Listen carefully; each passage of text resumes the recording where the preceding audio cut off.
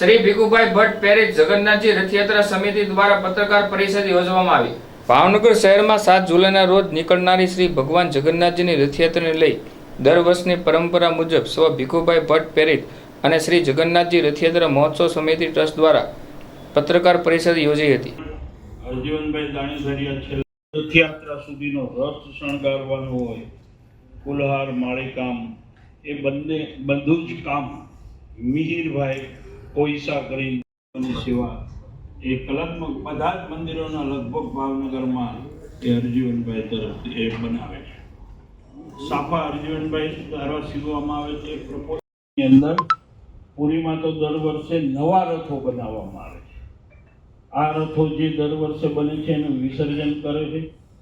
વિસર્જન કરીને એનું જે કાસ્ટ છે એ કાસ્ટ બધા ભક્તોને આપવામાં આવે છે, જે લોકો બધા પૂજામાં રાખવામાં આવે છે। ખેતરોમાં પણ બધે લાણીઓ થઈ ગઈ, પેલે વાવણી થઈ ગઈ હોય છે। પરિસ્થિતિ એના કારણે એક જે આ વસંત ઋતુ કહેવાય ને, આમ તો શું કહેવાય અજીતભાઈ, નહીં આ ઋતુ એટલે વરસાદ પછી અમે આપીશું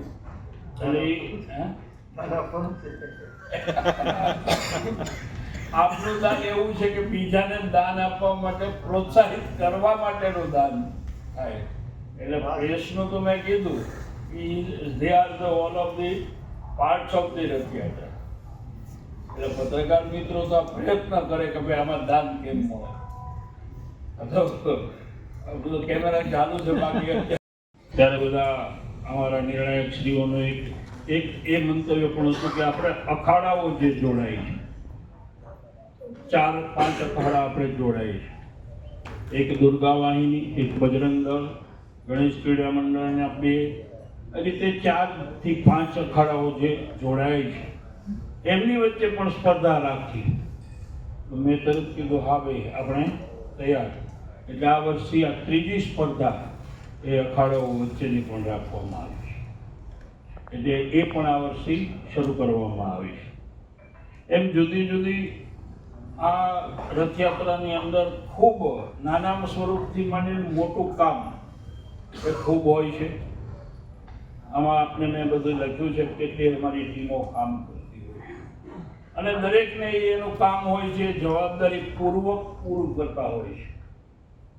એ સમય આવે એટલે મને કદાચ કહેવાનું ન કહેવાનું દી આવીને બોલે મારું ઓલું કામ કેટલું, હવે મારે ક્યારે કરવાનું, આટલી એક જેને કહી ને શ્રદ્ધા ભેર ભાવ ભેર ભગવાનના કામનું એ પોતે જવાબદારી વહન કરે છે। એક નાનો દાખલો, દર વર્ષે આપણે જે રથ ખેંચાય છે ને એ દોરડાઓને, કારણ કે વરસાદને રોડ ઉપર એટલે મેલા થઈ ગયા, તો એક આપણા ધોબી છે વિરેશભાઈ કરી, એ દર વર્ષે આ રથયાત્રામાં દોરડા ધોવાનું કામ કરે છે। ગત વર્ષે આ દોરડાઓ અમારે 7મી જુલાઈએ રવિવાર છે એટલે રજાનો દિવસ છે, એટલે જે શ્રદ્ધાળુઓ અને લોકો છે એ પણ રજાના દિવસને કારણે આ રથયાત્રામાં આ વર્ષે એ સંખ્યાત્મક રીતે વધારે થશે એવી અમારી અપેક્ષા છે।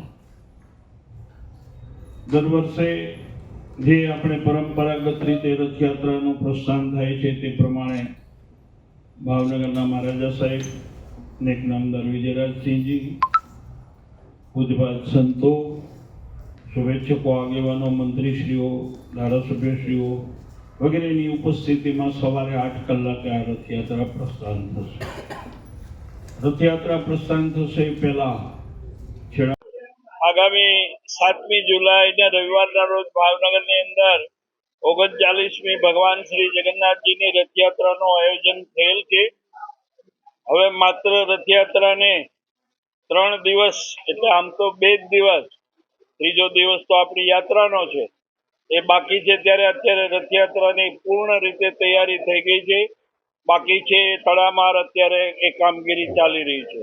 7મી તારીખે સવારે પૂજ્યપાદ સંતો, નેક નામદાર મહારાજા સાહેબ, આગેવાનો, શુભેચ્છકો એની ઉપસ્થિતિમાં ભવ્ય રીતે આ 39મી રથયાત્રાનું પ્રસ્થાન થશે.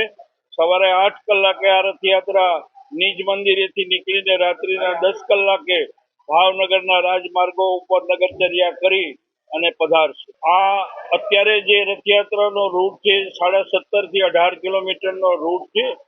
14 કલાક આ યાત્રા ભાવનગરના રાજમાર્ગો ઉપર ફરે છે. સમય અને રૂટ એ બેની એટલી મર્યાદા છે કે આગામી દિવસોમાં ને વહીવટી તંત્રને પણ ખૂબ આ રૂટ વધારવાથી મુશ્કેલીઓ ઊભી થાય એમ છે. એટલે આગામી દિવસોમાં આ રથયાત્રામાં રૂટ વધારો શક્ય નથી. સવારે 8 કલાકે ભગવાનની રથયાત્રાનું પ્રસ્થાન થશે.